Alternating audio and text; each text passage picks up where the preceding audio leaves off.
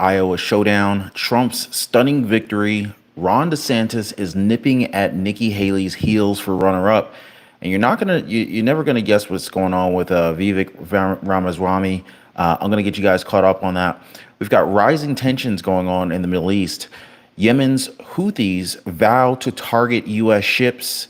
Tankers navigate with caution amid the Israel-Hamas war. And we got CEOs of the World Economic Forum sounding the alarm. AI and climate risks are sparking pre-Davos concerns.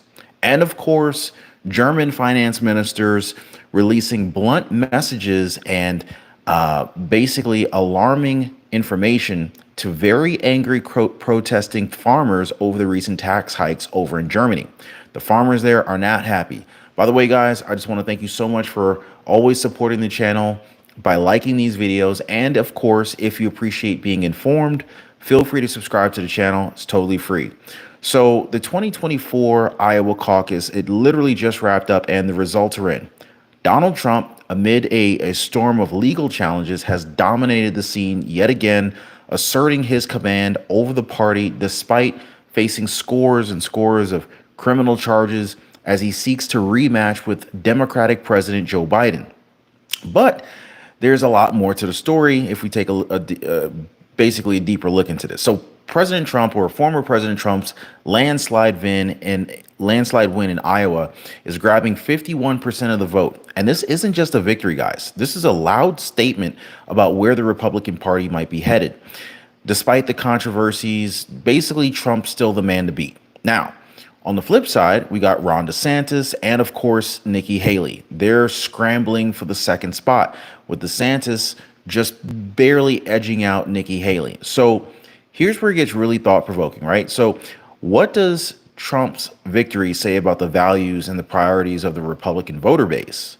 With most Iowa voters believing that Trump is fit to lead, even if he's convicted. Kind of throws a curveball into the understanding of political loyalty and leadership qualities. Definitely a very unexpected outcome for the Biden administration from that front. But let's not forget about DeSantis and Nikki Haley. They represent a totally different GOP dynamic, right? So what's their game plan now?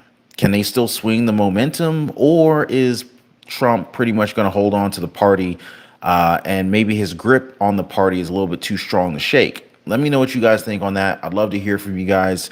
By the way, if you're able to see and hear me okay, hit me up in the comments, drop a like for the video. I'd love to make sure you guys are able to see and hear me because we are live, by the way. So anyway, are you guys seeing it are you guys seeing the Republican Party firmly behind Donald Trump, or maybe you see a shift waiting to happen? Let me know what you guys think. Vivek Ramaswamy, multi-millionaire and former biotech executive, has just made a move that's pretty much got a lot of people talking, right? So basically, he's bowed out of the White House race and has thrown his support behind Donald Trump. Now, this is big news, guys, and it is worth diving into.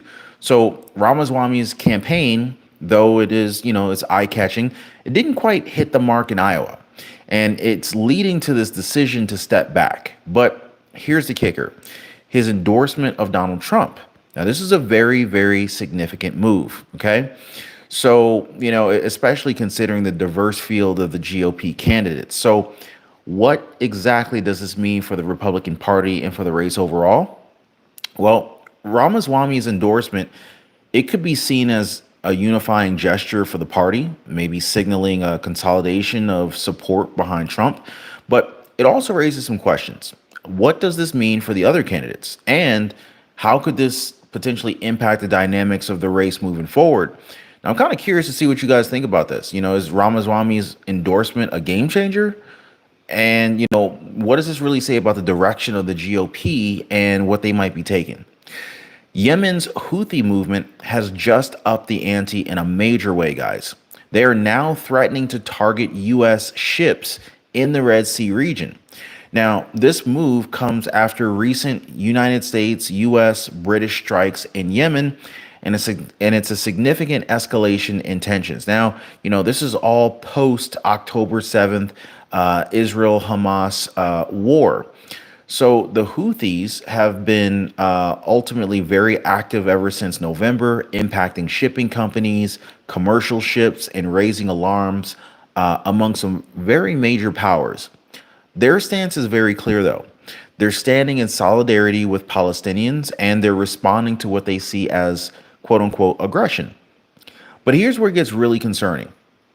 A spokesperson for the Houthis announced that British and American ships are now legitimate targets.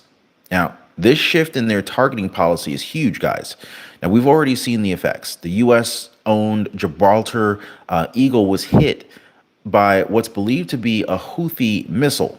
Now, luckily, no one was hurt, but the incident sent a very clear message that the Houthis are very serious and maritime security could be at risk.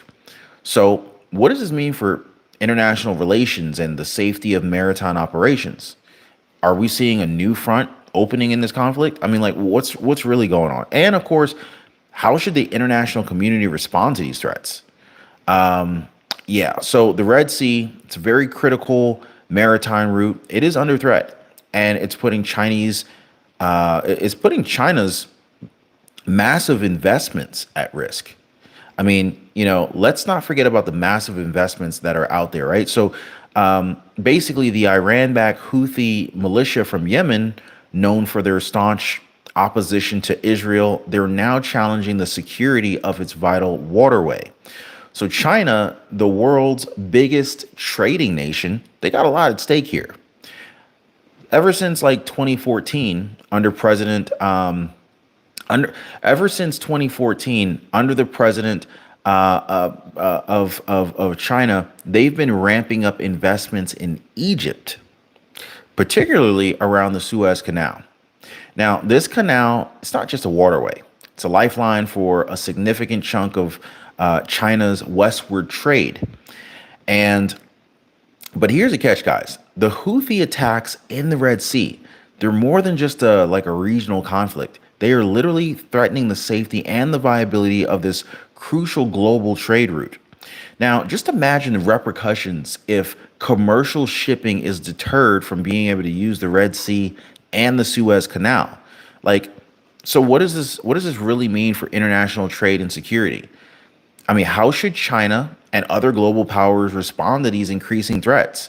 Because, think about what's hanging in the balance between protecting commercial interests and navigating these complex political conflicts. Let me know what you guys think about that. Now, in China's northwestern Xinjiang region, about 1,000 tourists are finding themselves in a very tough spot right now. So these 1,000 tourists are now stranded in Himu village, usually a picturesque spot near the borders of Kazakhstan, Russia, and Mongolia. But now it's turned into basically a big, huge scene of uncertainty due to avalanches. I don't know if you guys have heard about this, but it's a pretty big situation going on over there. I see you guys jumping in on the live. Glad to see you guys here. I see E2, Karen, Pennsylvania, Jeff Lee, Tops 10, Swagavelli. I got Zachary Stevens, Malbrook, and of course, Big Chungy. What is going on, guys? So these avalanches, they have cut off road access to Himu village. And, we're talking about meters high snow, weather conditions that are literally just making evacuations efforts a real challenge. And get this, guys, some areas in Xinjiang's Altai prefecture have been experiencing continuous snowfall for over 10 days. So this is really big. I don't know how much they may be impacted by the polar vortex that we're experiencing here in the United States, but yeah, that's what's going on over there. By the way, guys, if you're able to see and hear me, definitely just drop a quick comment down below. Let me know if the sound and visual is good.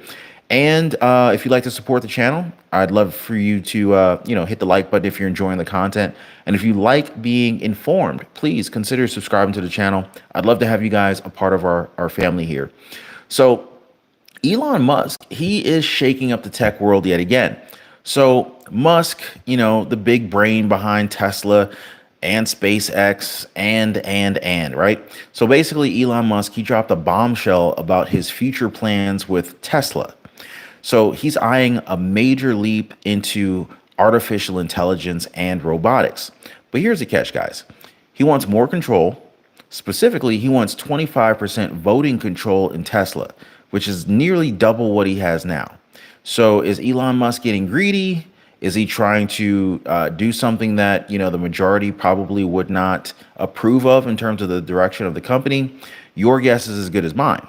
But Elon Musk's vision for Tesla isn't just about electric cars anymore. He's really pushing into AI and robots, like their full self-driving software and prototype humanoid robots. But Elon Musk's his latest move really is raising a lot of eyebrows. Now, I want to ask you guys: do you feel comfortable riding in a full self-driving car? Like, would you be good with that? Do you feel comfortable driving on the road, knowing that there are other self-driving cars on the road? I mean, these vehicles can weigh 4 or 5,000 pounds, right? So I'm just curious about that. Now, first off, why does Elon Musk feel the need for more control? Is it about steering Tesla? Is it about steering Tesla toward like a future that he believes in, or you know, maybe there's more to this thing here? Any of you guys drive a Tesla? And then, of course, there's the whole issue of power dynamics in the country, in the company, right? Like, how much control should one person actually have? I mean, this is a huge company. I'm just saying, especially in a field as impactful and as sensitive as AI and robotics. Should one person have that much power? I just want to know what you guys think about this. Like, is Elon Musk's demand for more control a step toward innovation, or is it more of a power play that could have more broader implications, good or bad? And of course, what does this mean for Tesla's future in the world of AI? Now, according to a recent Price Waterhouse Coopers survey conducted before the Davos conference, yes, I know, I said Davos, where the World Economic Forum hosts their meetings with their unelected billionaire leaders. Well, CEOs generally are basically biting their nails over the future of their companies. And you might be wondering, what are these reasons? Why are they worried? Well, as high tech as they are, so are the high stakes: generative AI and climate change. Now, here's a very startling number for you guys. 45% of over 4,700 global CEOs surveyed are seriously doubting if their businesses can survive the next decade without significant changes. Now, this is almost half of them looking into the future and basically seeing, well, they're not seeing much unless they pivot very hard and very fast. Now, you might be wondering, well, what exactly is turning the screws, right? Well, for most of these CEOs, advancement in generative AI, they're at the top of the list. We're talking about a whopping 75% predicting AI will majorly, not in a minor way. They're predicting that 75% are predicting that AI will majorly shake up their businesses in just 3 years. These are the CEOs with these concerns. Now, that's a technological tidal wave that they're trying to surf. But let's go and break this down for a second, right? What does it mean for the business landscape when so many top executives are staring down the barrel of obsolescence, right? And how are they planning on navigating these choppy waters of AI innovation and climate changes? So, something to think about, right? Now, something really, really big is unfolding in Germany right now. So, picture this, guys. Thousands of farmers, tractors, trucks, they're filling the streets of Berlin, and their voices are loud and clear, guys. They're protesting against these tax rises, and they're demanding more subsidies. And here's where it gets a little bit more intense. So Germany's finance minister, Christian Lindner, he's standing up in front of this sea of protesters and drops this huge bombshell. There's no more money for further subsidies. Now, this demonstration, it's not just some traffic nightmare. It's literally become like a symbol of anti-government sentiment. So Lindner's message to the farmers was very straightforward. He said he can't promise you more state aid. Basically, the state has cut off the farmers. But he also talked about fighting for more freedom and respect for their work. So what's driving all this tension with the German farmers? Like, it's all about the government's decision to phase out a tax break on agricultural diesel, trying to balance its budget after a court ruling pretty much shook up its spending plans. So here's what I want to know from you guys. How should these governments balance the budget constraints, with the needs of crucial sectors like agriculture? And what would happen here in the United States if that were to happen? Can you imagine, if diesel prices just shot up drastically overnight? So anyway, I'd love to hear from you guys. Hit me up in the comment section down below. I'd love to know what you guys' thoughts are. And also let me know what was the most interesting topic that we talked about today. Appreciate you guys hanging out. Hit the like button if you haven't already. Subscribe to the channel for more content. And I'm going to see you guys on the next one. Take care and be safe.